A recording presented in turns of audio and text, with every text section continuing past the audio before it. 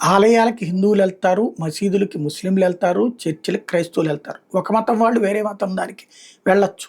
ఆ మతం పట్ల విశ్వాసం ఉంది, ఆ దేవుడి పట్ల విశ్వాసం ఉంది. అలా కాకుండా రాజకీయపరమైన నిర్ణయాల కోసం ఎట్లా చేయొచ్చు అంటే హిందువుల విషయంలో మాత్రమే చేయొచ్చు.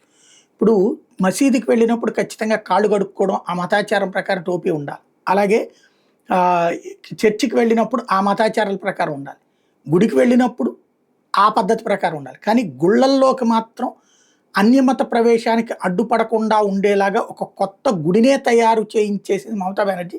హిందువులని అవమానించి ముస్లింలని అప్పీజ్మెంట్ పాలిటిక్స్ చేస్తే అక్కడ ఓట్లు వస్తాయన్నటువంటి కాన్సెప్ట్ కాబట్టి అక్కడ కొత్త ఎత్తుగడ ఏంటయ్యా అంటే అక్కడ జగన్నాథ టెంపుల్ని పోలి ఉండేటటువంటి ఒక కట్టడాన్ని నిర్మించింది.